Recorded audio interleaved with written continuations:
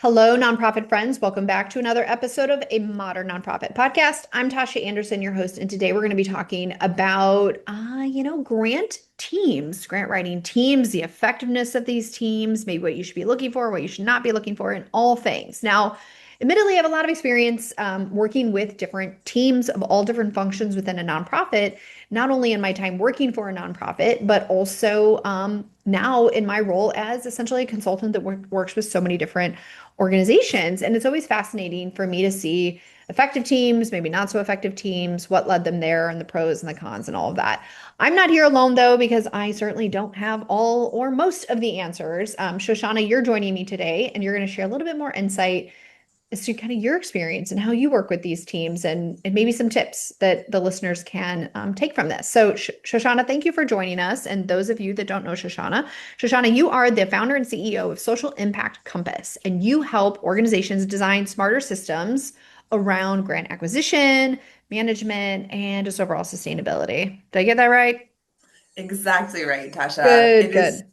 so good to be here. You can be my new wing woman. That was a great introduction. Yes. I mean, in addition to that, be it an advisor, a therapist, a validator of all things, probably for the clients that you work with, because this is really tricky. And Shoshana, I think I've had a lot of conversations lately about, just kind of infrastructure and teams and um, how to work through these teams. And more specifically, I get this concept of like a well-oiled, like what are best practices? What should we be doing? So, through the lens of grants, tell us like what does a well-oiled grants team look like from your experience? I am so Paint glad the we're talking. dream. Paint the dream. The dream, absolutely. So I'm so glad we're talking about this because we both know that turnover is really high in the nonprofit sector. Hmm. And Hmm. we know that turnover is even higher in the fundraising team, in the grant Yes, writing team. right. And so if we don't get this down, we are seriously hamstringing our organizations and our work. Right. So I'm really glad we're here. And going to that question of what does a well-oiled machine look like in terms of a grants team, Yeah. it looks like everyone knows what they're supposed to be doing. It Hmm. looks like there aren't fires every day. Yeah.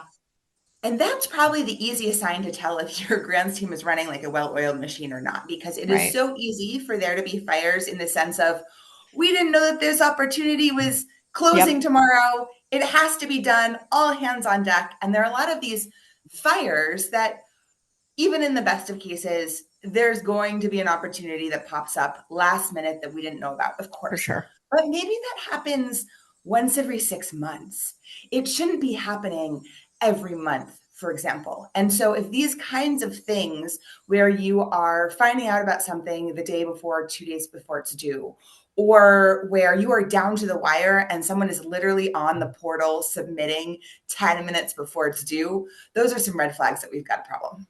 Okay. I love that. So what you're telling me is there is a world where we can shift to a more proactive, planned, collaborative space than like the reactive, everything's kind of on fire. We're always scrambling to the last minute kind of situation. That does exist like in the world, and not just like an extraordinary. I mean, we always know there's exceptions, right? Like that does exist in some sort of like commonplace, or at least there's enough organizations that have met that aspirational goal that you're here speaking about it today. So this is not something that is such a magical unicorn anomaly that it's like, okay, Shoshana, thank you for coming and chatting, but like this isn't going to work for my organization. Because I love that. You're right, though. I always try to tell our team, let's control what we can't control because there are so many things in this industry that we cannot control. You're right. There will always be these things that pop up. We did not genuinely know that this opportunity existed. So we've got to leave space for that.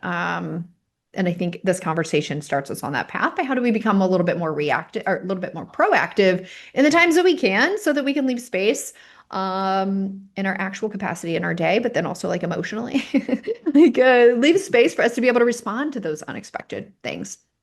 So now that we've kind of painted a picture of what maybe, being proactive, not dealing with this racing against the clock every week, every month, whatever it might be, let's talk about the actual components of this grant team. Like, who are the players that are involved kind of from your perspective, and what roles should exist if we're entering this grant writing utopia you speak of?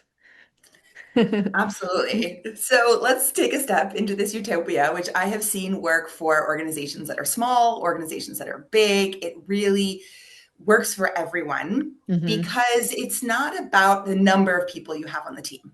Okay. It's not about the this is the cookie cutter team that I need. It's about here are the roles that I need covered in my team, and we're Mhm. going to cover them in one full-time staff person and one board member or a volunteer or an intern, or we're going to cover them in an 8-person team with, five of them are on this full time because we are a huge, or this is back in the day, we were a huge USAID contractor, right? So this can work in a whole range of settings. And when I talk to organizations, when I train organizations on this well-oiled grants team, we look at 6 specific roles. So should I walk you through them? Yeah, let's do it. Okay, great. So the first one is really basic. It's the project management. And I Okay. don't mean the project management of that thing you got the grant to do, and then you need to do the thing, right? That's not the project I'm talking about. I'm talking about the internal back end.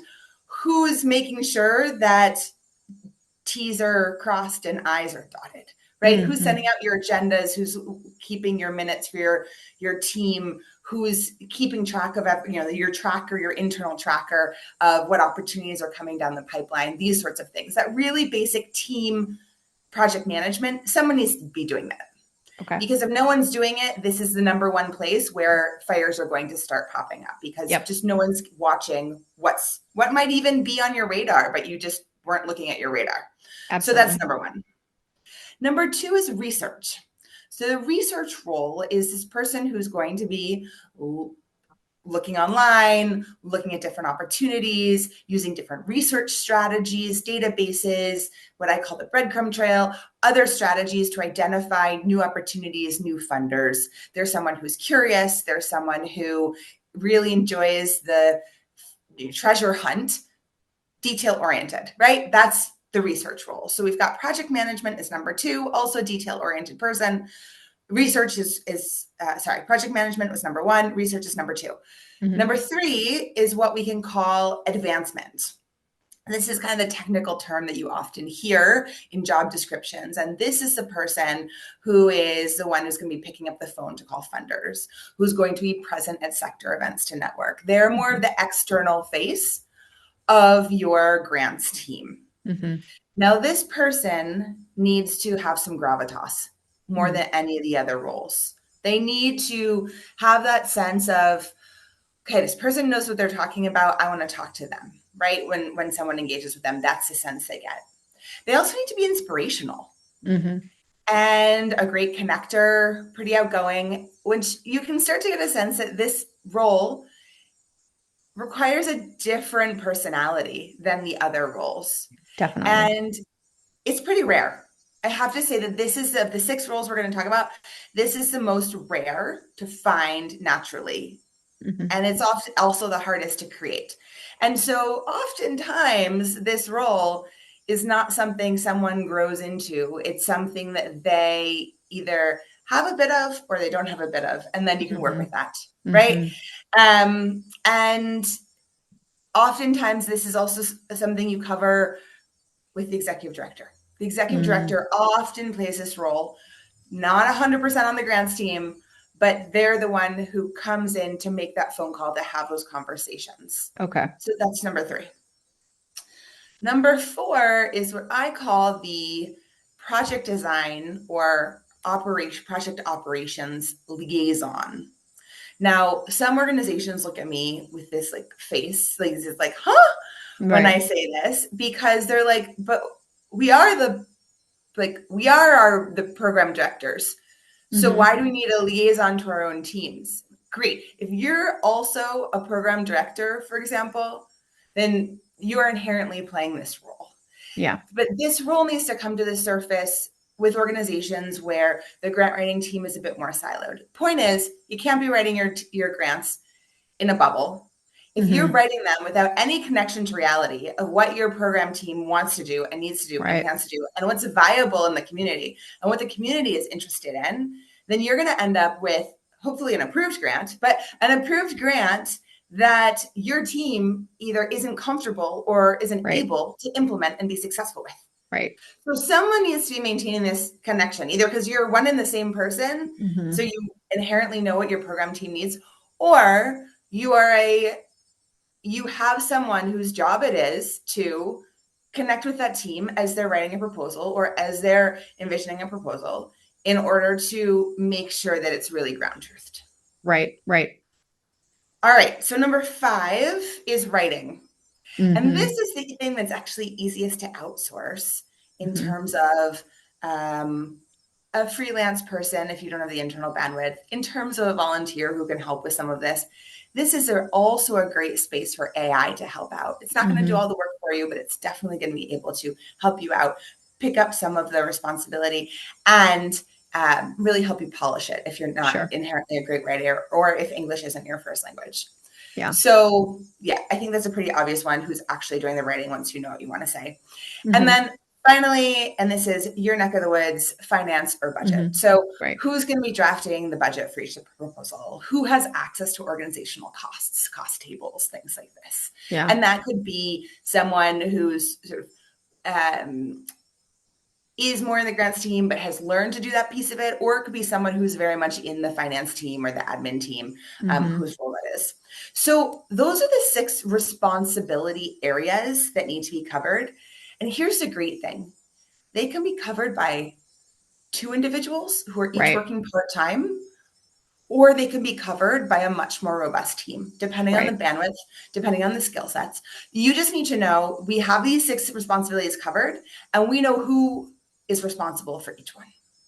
I'd love to, Shoshana, ask you of these 6 roles. For me, what comes to mind is there's probably natural groupings of some of these responsibilities based on um, maybe personality types, strengths, etc. So, for example, as you were kind of listing some of these off, I have this in the accounting world too, right? It's like to have all of these skills in one person. I mean, you have the charming, charismatic, outgoing network, relationship builder, and the hyper detailed, organized project manager. Listen, there has to be balance in the world, and not everybody gets every gift, okay? So usually the people that are really good at this, one kind of area, right brain, left brain, it doesn't necessarily always possess the skills of, all of these other things. And so of these 6 roles, if you had to start kind of grouping them like, okay, Shoshana, we don't got that many people, but maybe we're thinking about building a grants team or reimagining our fundraising team, like where would you start to see some clusters of like, I can't really be expecting my program liaison that happens to be my really charming and, advancement person to also be a really effective researcher, writer, and project manager, for example. I'm making something up. I don't know. But like, have you seen some, not in every case, but some natural groupings that maybe if 6 people isn't an option, what you should kind of be thinking about when you are putting positions together or developing expectations? It's a great question. And there's actually a lot of variety, more than you would think. Okay. So, generally, when organizations are starting from scratch to put a grant team together, they usually are starting with 1, if not 2 people who they think could start to take on some of these responsibilities, Okay. or who have been inherently taking on some of them, maybe in an unofficial way. And so I would just start with what are their skills? What are they good at? What are they interested in learning? And Hmm. so project management might be something that they inherently come in with a skill of. And they probably know your work pretty well. They're internal already, and so maybe they can play that sort of project design or operations liaison role. Hmm.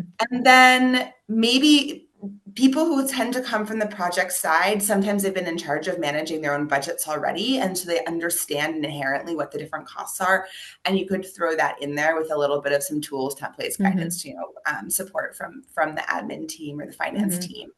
And then writing tends to be something that certain types of people have learned how to do really well and other types of Hmm. people have not learned really how to do well. And it has less to do with personality, actually. And I found it has more to do with the training they've had to date.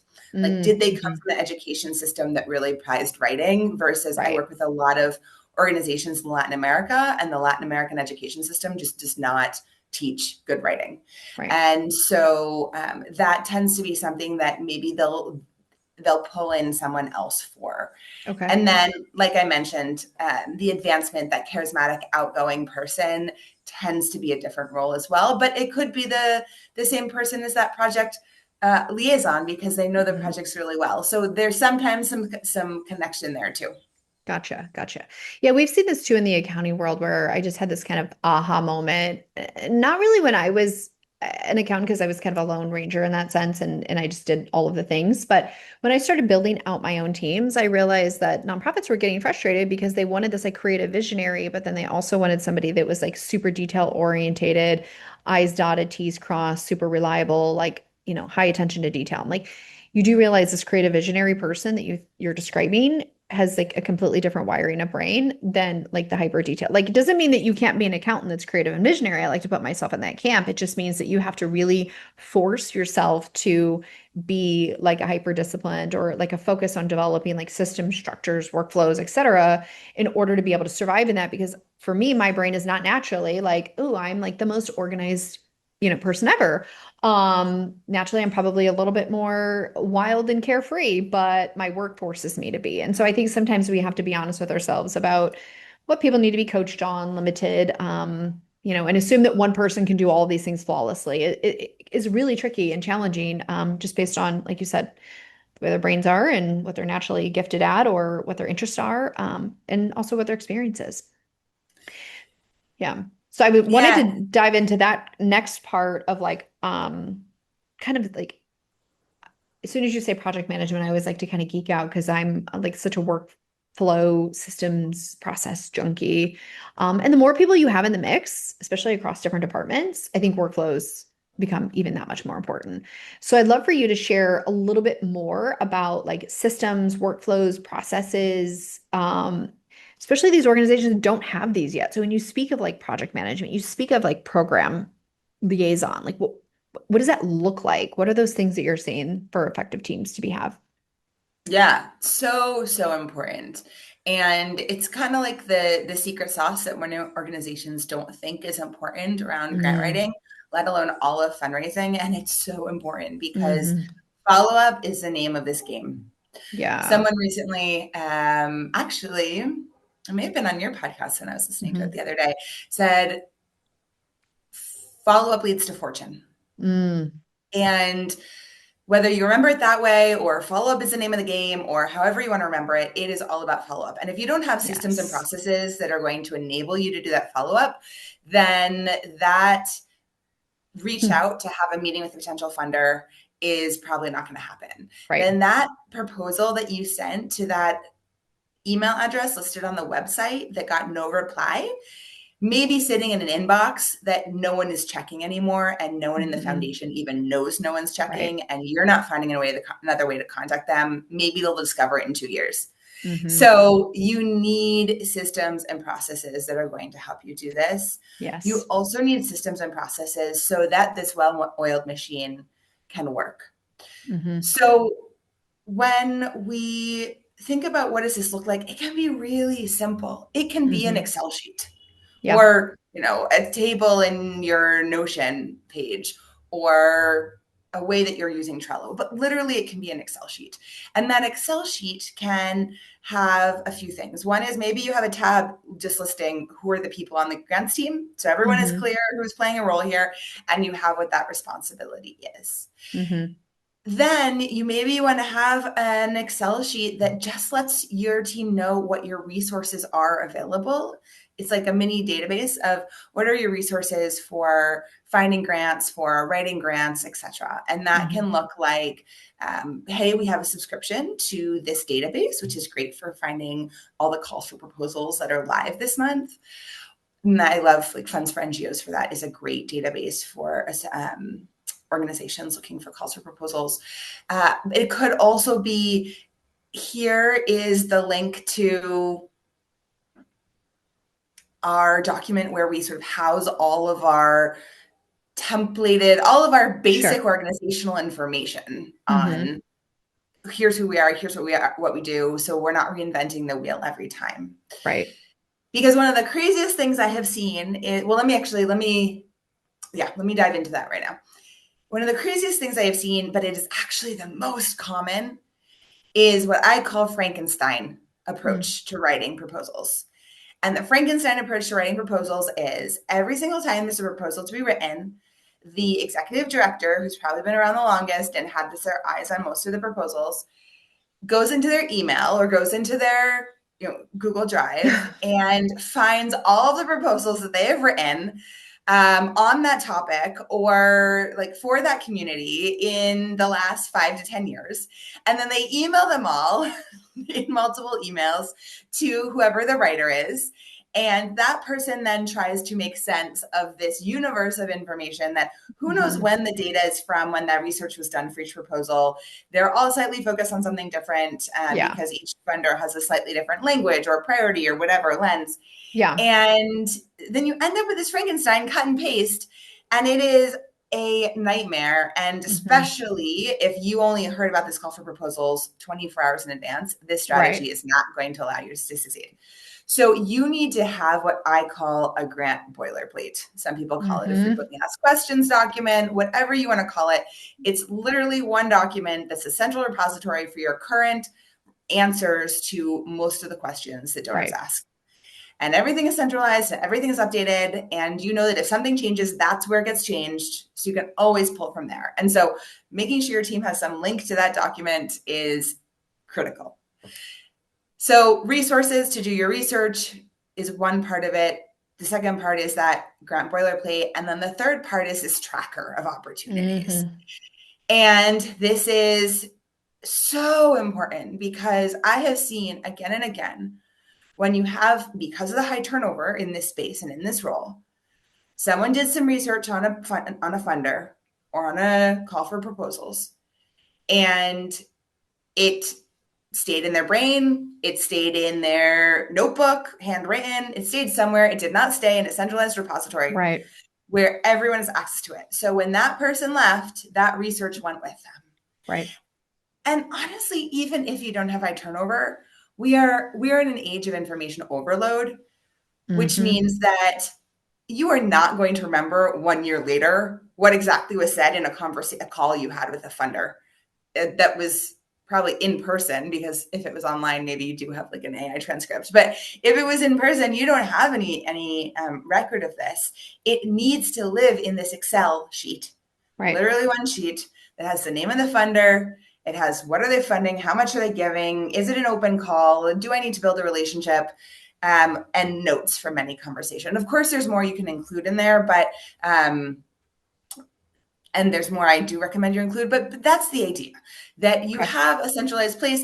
And this is also a way to ensure you're not re-researching organizations someone else in your team already spent time researching or researched and decided weren't a good fit. Like keep those on there too. Have them at the bottom, have them in a not a fit section so you don't go back and re-research. Yeah. And then the fourth piece of this process that's really important is what is happening in terms of timing for all of this. And so it could be a calendar. It could be just some like times blocked on your calendar as a team. It could be actually a document where you've laid out what happens the first week of every month, the second week of every month, these kinds of things. It seems maybe a little over structured if you think about it, but really it's so valuable because it just makes sure everyone, like, clarity is kindness. It makes sure that Mm-hmm. everyone knows what the expectations are.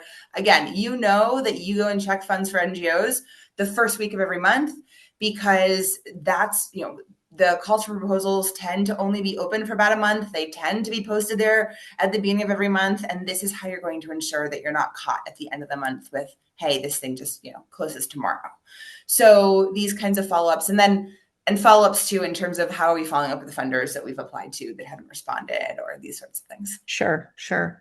I love your idea of just organizing the data and the follow-ups. This is something that I learned a long time ago, and I was joking earlier how, um, not really joking, it's a true confession. My brain is naturally just kind of like, oh, all over the place, and I'm constantly overwhelmed and flooded with different tasks and ideas and all of the things, right? In the same way that I think any leader is, but I mean, I think to your point, in the world and in age of information, and you're just constantly bombarded with so many things, the power of the follow-up is so transformative. And we think about that in so many different ways. And this is something I adopted a long time ago. We were talking about fundraising, so we're talking about nonprofits reaching out to potential, funding sources, whatever that might be, is important for follow-up. But it's amazing how many people have credited my firm for our follow-up and ongoing communication. And people have actually decided to hire our services because, we actually follow up.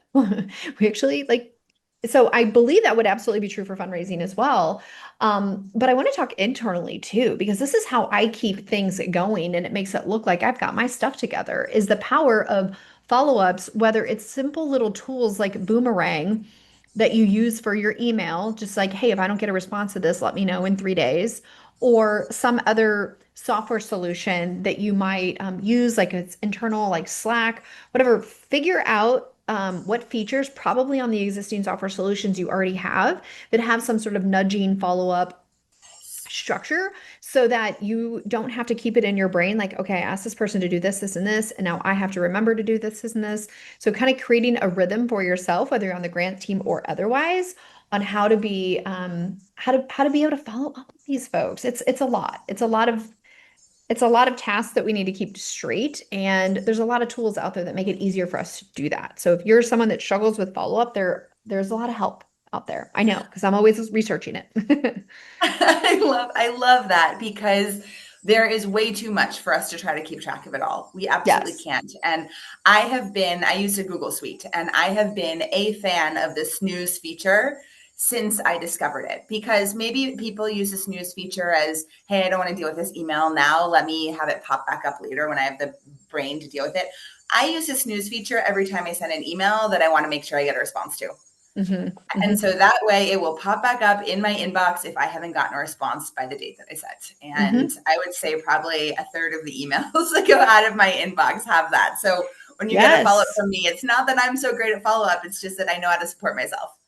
That's it. It's so funny. I tell my team and I've told my clients this.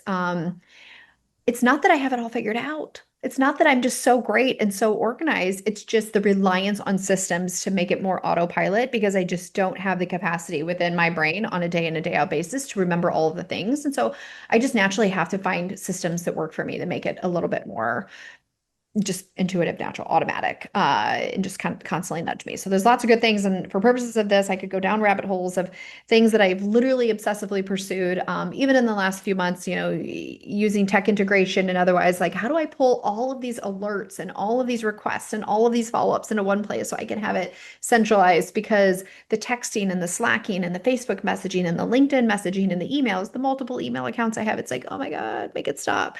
So I'm with you all, anyone struggling with that, but it creates an even hyper dependence on like the communication across the team, some sort of regular cadence. I'm assuming, Shoshana, you would recommend like meeting collaboratively as a team and then having tools to be able to track, wait, what did we decide? What's going on? Where are we at with that? It's just so critical. I don't know how anybody survives without them at this point.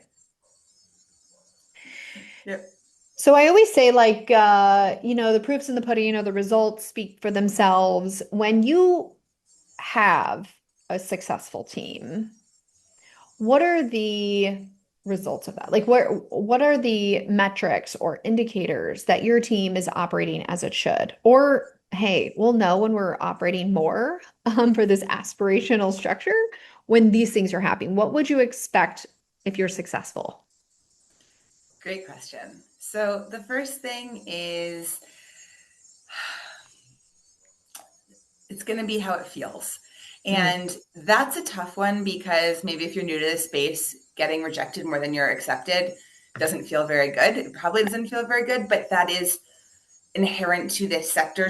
We've been talking a lot about grants. Of course, fundraising is a much bigger um, universe than just grants. But in the grants world, funders are accepting right now 0.5%, 5% of Hmm. the proposals they get. So there is no way that you are going to be getting more than like a 50% approval rate on your, I say grants teams that are operating really well and are applying to a combination of like proposals they've been invited to submit and open calls for proposals that they know they're a great fit for. And Hmm. obviously there's more to this in terms of the indicators are coming from more than are we structured well. The Right. indicators are coming from are we also executing well. Mhm. But at the end of the day, if you're getting 30% of your proposals approved, that's a solid number. That's a Okay. very solid number. And so you can let that feel good. If you're getting, 5% of your proposals approved, things aren't working well. So there's that question of like, how is our team structure rolling up into our ultimate goal? And Right. let's set for ourselves then that 30% is actually 100%. Like if we get 30% of our proposals approved, we're going to feel like we got 100% win rate, because that Yeah. is right. That's the goal. And then internally, what's it going to feel like? You're going to feel a rhythm. We're Hmm. going to feel rhythm more and cadence more than chaos. You're going to have that weekly meeting or that weekly grants meeting. They're going to see things aren't, oh, I thought you were going to do that, right? There's going to be Hmm. clarity on what's expected, when it's expected by. Things are going to be submitted 2 to 3 days before the deadline at the least. And this is actually something that I strongly recommend teams do, is when they are sitting down with this, in their weekly meeting, everything needs to have a deadline to it. Every Yeah. step of every proposal needs to have a deadline, internal deadline to it. And then it all needs to be working up to a final deadline that is not the published deadline, or is Right. not the deadline agreed with the funder that asked for the proposal. Right. I recommend teams put that internal deadline at least 3 days before the actual deadline. It's just going to save you so much stress. Exactly. So those are a couple of things that I recommend teams look for. And then, of course, like turnover and burnout is part of it. Again, many factors playing in, but if the team runs well and so you're enjoying yourself because you can let yourself enjoy, because you can trust the structures and trust everything you've set up, then you're going to be having more fun, and people are going to stick around. Yeah, and I think along those same lines, it's funny, I've been invited to speak about just the tension and frustrations between like finance and the fundraising team. And I often say, what now I'm projecting, probably, but one of the hardest things, at least for me, to be responsive to are the last minute urgent, oh my gosh, drop everything. I need you to put together a budget for this. Oh, by the way, it's due at 5 o'clock today or something to that effect. And so even internally, across teams, the teams working better together, less frustration, tension, um, misalignment on dates, priorities, et cetera, I think is definitely going to have a tremendous impact on the team overall for sure. Um, I know we've talked about a few things. I want to leave the conversation with some other like top challenges or mistakes that teams make. I mean, we've talked about some of the tools, we've talked about timelines. What else are people failing to do or mistakes that we're making when setting up our grants team that might hinder their success? I'm going to go back to something you touched on earlier, which is there's usually not one person who can do this whole role. Mm, And even if there is someone who technically has the profile to be able to do it all or can learn the pieces, please don't leave them on their own. yeah. This is not a one-man show. This is a team sport. Hmm. It's a team sport because, one, emotionally, you need someone to celebrate your wins with and to commiserate about your losses with. Just emotionally, Hmm. it needs to be a team sport. It needs to be a team sport because very few of us love asking for money. Like it is inherently a challenging role for a human being to be Okay. asking for money. Sure. And so some people love it, some people because they understand it's not necessarily an ask, it's an invitation, right? It's a Right. conversation with potential funder of we could do this thing together. Here's how we can join forces. But at the end of the day, you're talking about money. There is an inherent financial ask involved. It can feel difficult. The follow-ups can feel difficult. You need to have that accountability partner Mm-hmm. who you know is you're going to check in with at the end of the week. And so you needed to prioritize these things. Particularly the things like follow-up that might be less sexy. Maybe you love the writing piece and you just want to write. But you need someone who's going to hold you accountable to those other things that need to happen too. Or it's annoying to pick up the phone a third time because you haven't been able to get through. And every time you have to call, you do a bit of an emotional, like internal prep. Like, all right, Okay. this is the person I'm going to talk to. This is this is the end goal of this conversation. Here are my main, talking points I want to have on hand. You do that mental prep. You call, no one answers. You call, you leave Mm-hmm. a voice. Mm-hmm. And you're going to have to do that a couple times. And so you need someone to psych you up, or you need someone who's going to, who you're going to be responsible Sure. to, and who's going to not in 3 months be like, why don't we have money? But who in a week is going to be like, hey, did you do the follow-ups? Mm-hmm. Or what are your things this week that you did or didn't do? And Right. so, and then of course the troubleshooting, like you come up with roadblocks oftentimes. They're like, hey, I saw this opportunity. I don't know if it's quite right for us. What do you think? Or here's how I'm thinking of framing it. What do you think? Like ChatGPT can be a great thought partner in do you think our organization is a good fit for this opportunity? Mm-hmm. Where might there be weaknesses? Or here's a draft I've written, pretend to be the selection committee at this foundation, or pretend to be this high net worth individual who I'm submitting this proposal to after a conversation about what they might want to support. Mm-hmm. Role play with me. Where do you think there might be gaps? These sorts of things. So, regardless of how you do it, you can't do it alone. It needs to be a team sport. It could be one person whose full-time job this is and one person whose part-time role this is. Could be a paid person, volunteer, whatever. Point is, you need a team. That's Okay. not. I thought that was going to be my last question, but one more question as I'm kind of thinking about this. I always say that, and then I always usually have more. But we're running out of time, so I have to make this my last one. So earlier you talked about like the six different roles, essentially, functions that would maybe exist on a grant team.